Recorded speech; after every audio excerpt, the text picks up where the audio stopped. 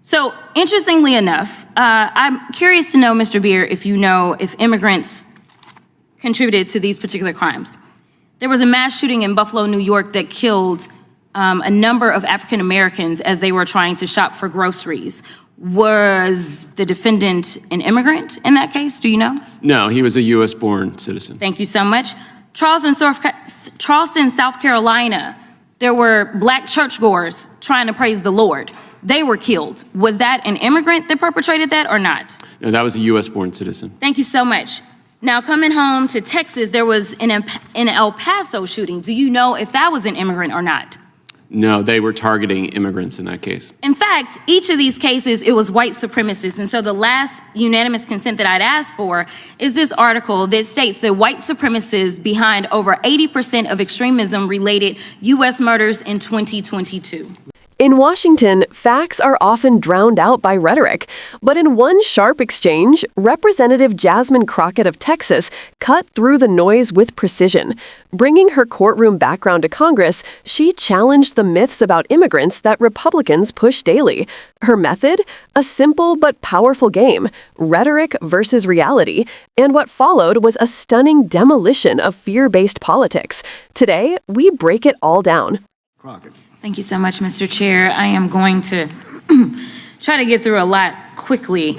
As one of the few people sitting on the dais who actually practice criminal law in the state of Texas, as well as licensed in Arkansas and practice there, as well as federal courts, one of the things that you said earlier, Mr. Beer, really stuck with me, is that there are already laws on the books as it relates to those violent criminals. And I know this because even though I hail from the great city of Dallas, I can tell you that when someone would come in and they were being held in custody for, say, a crime, they also had an ICE hold, okay? And that was for those that had maybe been deported before and had re-entered illegally and things like that. And so no matter what type of city you're in, I do want to be clear, federal law already, no matter if it's under the Biden administration or if it's under a Republican administration, we all agree that we want to be safe. And I think that's the first premise that we're losing, because there isn't something that is tatted on my head that says that I'm a Democrat and therefore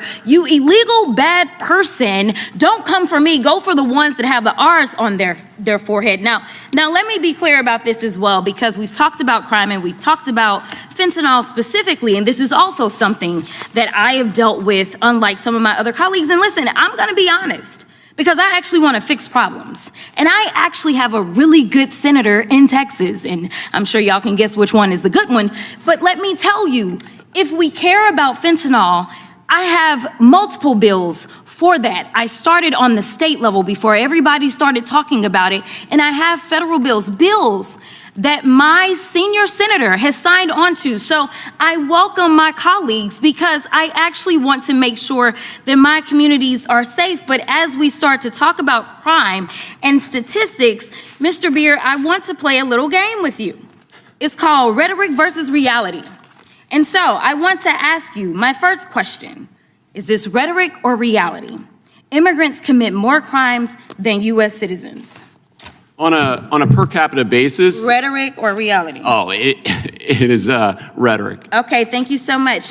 Mr. Chair, I'd like to ask for unanimous consent to enter into the record this article, which states that undocumented immigrant offending rate lower than U.S.-born citizen rate, and this is from nij.ojp.gov.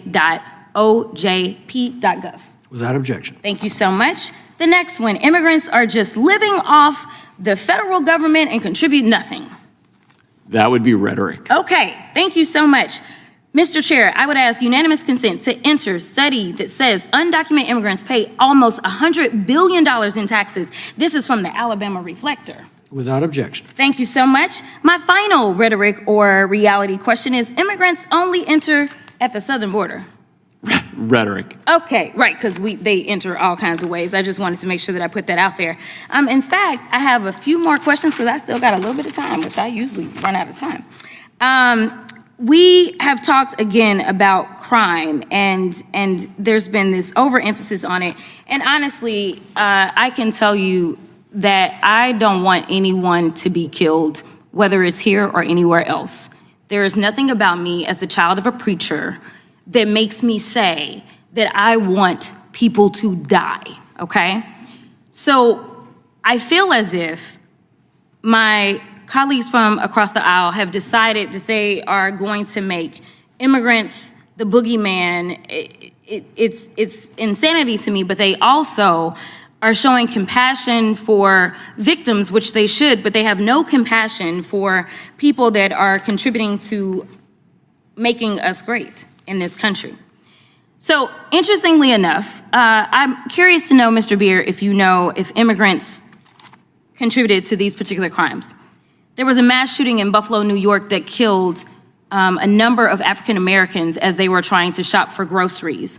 Was the defendant an immigrant in that case? Do you know? No, he was a U.S.-born citizen. Thank you so much. Charleston, South Carolina, there were black churchgoers trying to praise the Lord.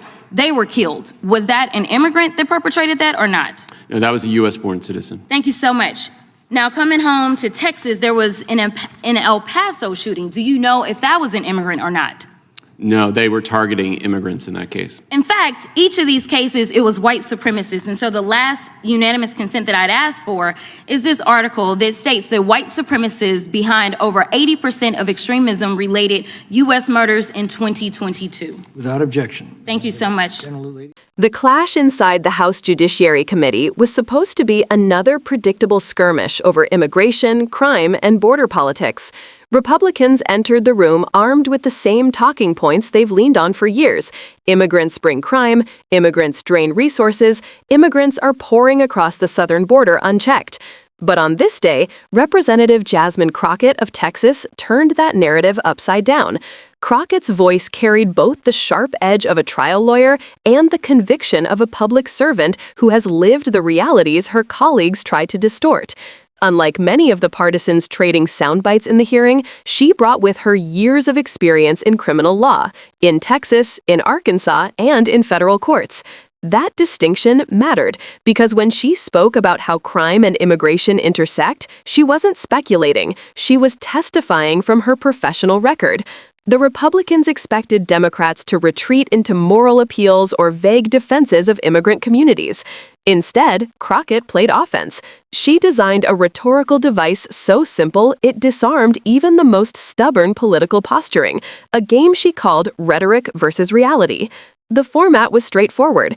She asked Mr. Beer, a witness before the committee, whether common Republican talking points about immigrants were rhetoric or reality. Each time, his answer cut down years of right-wing narrative building. Do immigrants commit more crimes per capita than U.S. citizens? Rhetoric. Do immigrants contribute nothing and live off government benefits? Rhetoric. Do immigrants only enter through the southern border? Rhetoric again. With each answer, Crockett pounced. She moved not just to score points, but to build a record. Studies and reports from the Department of Justice and academic research were entered into the congressional record. One by one, the myths collapsed under the weight of evidence. But Crockett's brilliance wasn't just in dismantling misinformation. It was in redirecting the spotlight. If Republicans insist that crime is their central concern, then let's discuss the crimes that have shattered American communities. Let's talk about Buffalo, where black shoppers were massacred by a white supremacist. Let's talk about Charleston, where worshipers were gunned down in church by another white supremacist. Let's talk about El Paso, where Latinos were targeted by a shooter radicalized by racist conspiracy theories. In each case, Crockett asked the same question. Were the perpetrators immigrants? The answer, every time, was no. They were U.S.-born citizens. And then came the most devastating fact. More than 80% of extremist-related murders in the United States in 2022 were committed by white supremacists.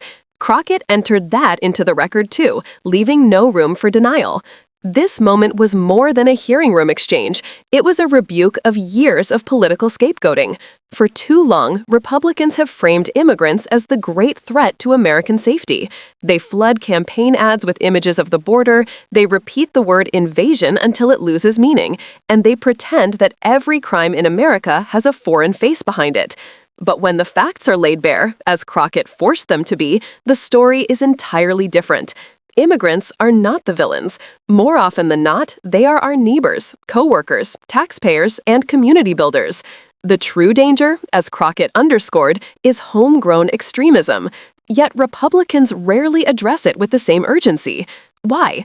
Because acknowledging it would mean turning the spotlight on a base of support that traffics in the very conspiracies and hatreds fueling these attacks.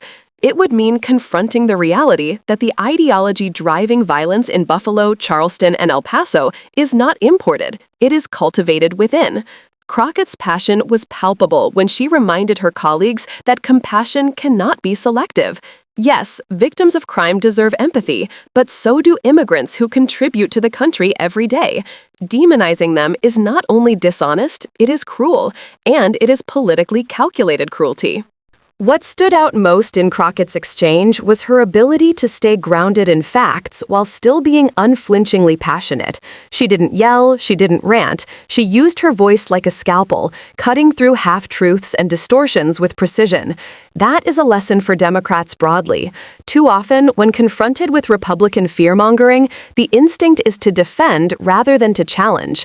Crockett flipped that script. She went on offense, and she did so armed with data, history, and moral clarity.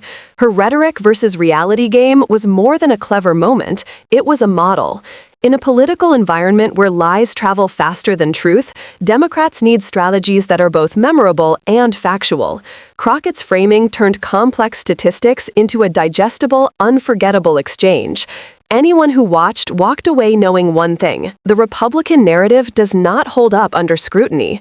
Beyond the walls of the hearing room, this moment has broader implications. Immigration will remain a central issue in upcoming elections.